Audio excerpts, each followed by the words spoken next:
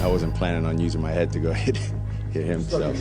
Nah, I didn't feel any of that. That was pretty bad tackling for him, though. I honestly thought the story was over. Seriously, there wasn't much left to say.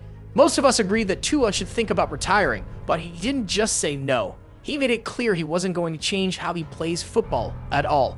And on Monday Night Football, he showed us exactly what he meant.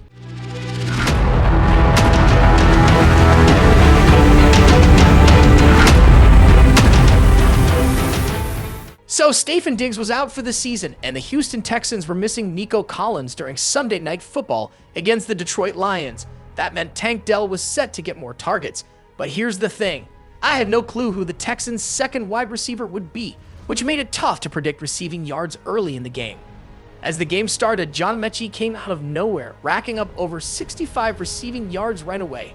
At halftime, I decided to jump on Prize Picks to check his live projection. Turns out, he only needed 6 more receiving yards in the second half to his mark. With the way the game was going, it was obvious that this was a smart move. The 9-of-his David Montgomery only needed 50 more rushing yards in the second half to hit his square too. Easy call, right? Check. What's up, everyone? In all my videos about Tua, I've always tried to show empathy for his situation. I can't even imagine how tough it must be to spend your entire life training to play football, only to face a point where playing the game could actually put your life at risk. That's what's so heartbreaking about Tua's career. Just when things seemed to be falling into place, when the Dolphins shocked everyone by firing Brian Flores, brought in Mike McDaniel, a coach who believed in Tua like no one else, traded for Tyreek Hill, and built a perfect defense around him, things started going downhill. The scariest part, it feels like Tua doesn't even care about his own safety. Take week 3 of the 2022 season, for example.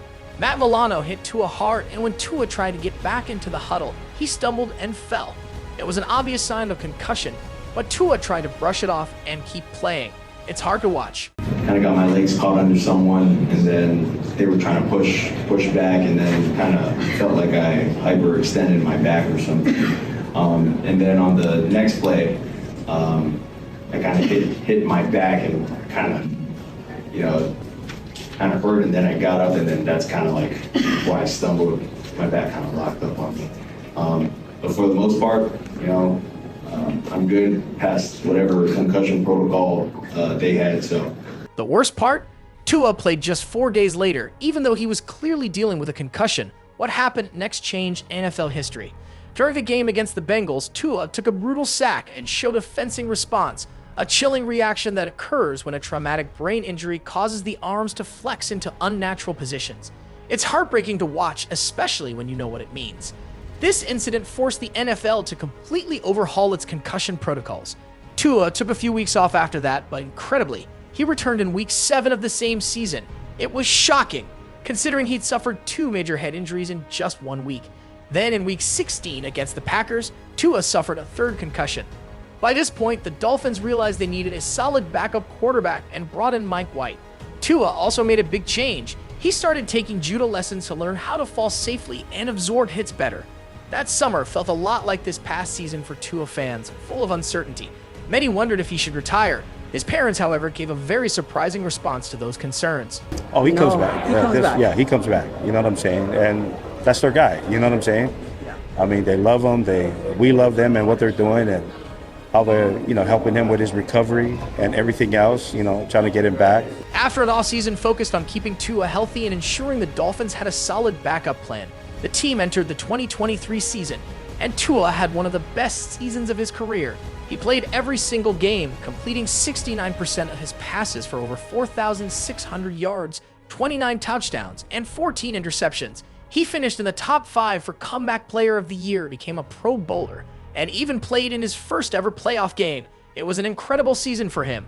To top it off, the Dolphins rewarded Tua with a massive contract extension. 4 years, $212.4 million with $67 million guaranteed. It felt like everything was finally coming together for him.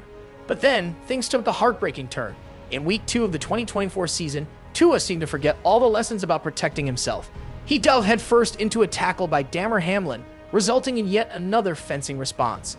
At this point in his career, Tua has suffered 4 concussions in just 2 years, with 2 being so severe that his body visibly reacted with a fencing response.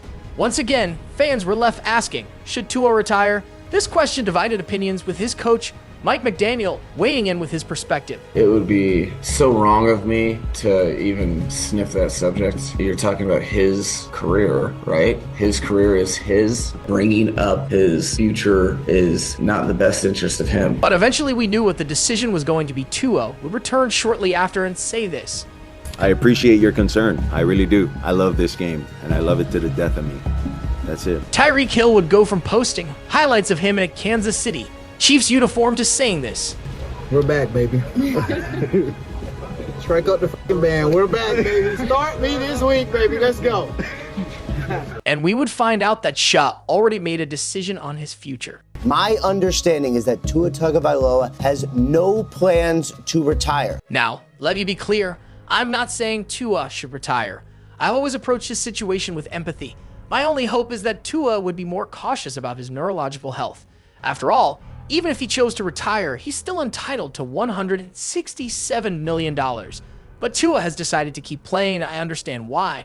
This is his dream, something he's worked his entire life for. The problem is, it doesn't seem like he's taking any real steps to protect himself. Not long after, he made a decision about whether or not to wear a Guardian cap, and it left many of us wondering if he's truly prioritizing his health. Will you wear a Guardian cap? Nope. Why? Personal choice. Tua made his return at the end of October against the Arizona Cardinals, and then faced the Buffalo Bills in early November, which ended in a loss.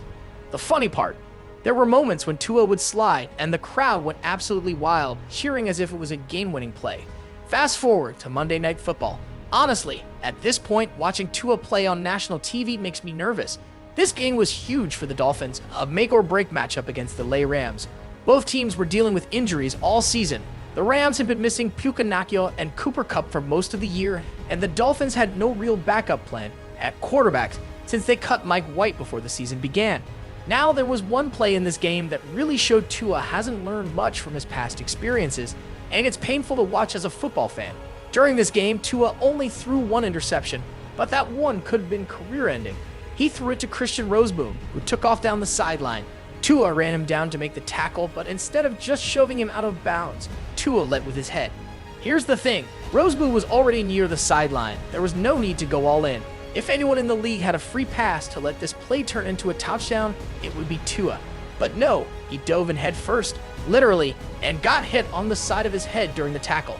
Imagine if it had been the front or back of his head. We'd be having a completely different, much scarier conversation. And here's the part that drives me crazy. Why isn't Tua wearing a Guardian cap? Why is he still leading with his head? Why is he even trying to tackle at this point?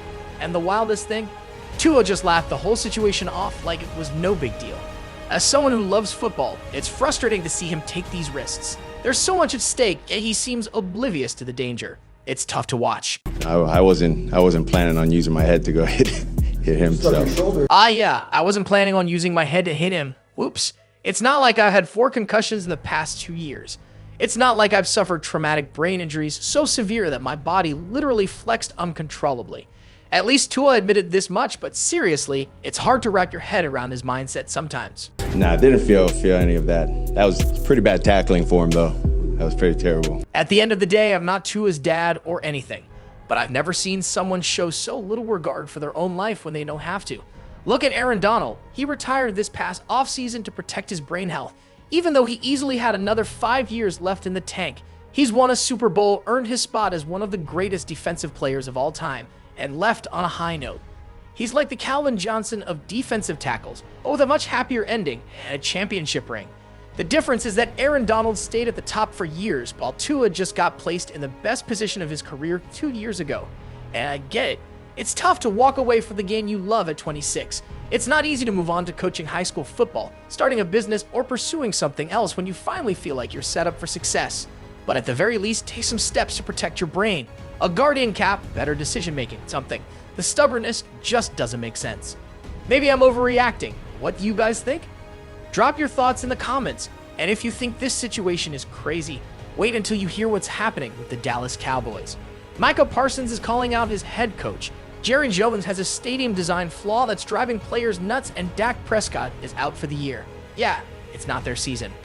I made a whole video breaking it all down. Check it out next.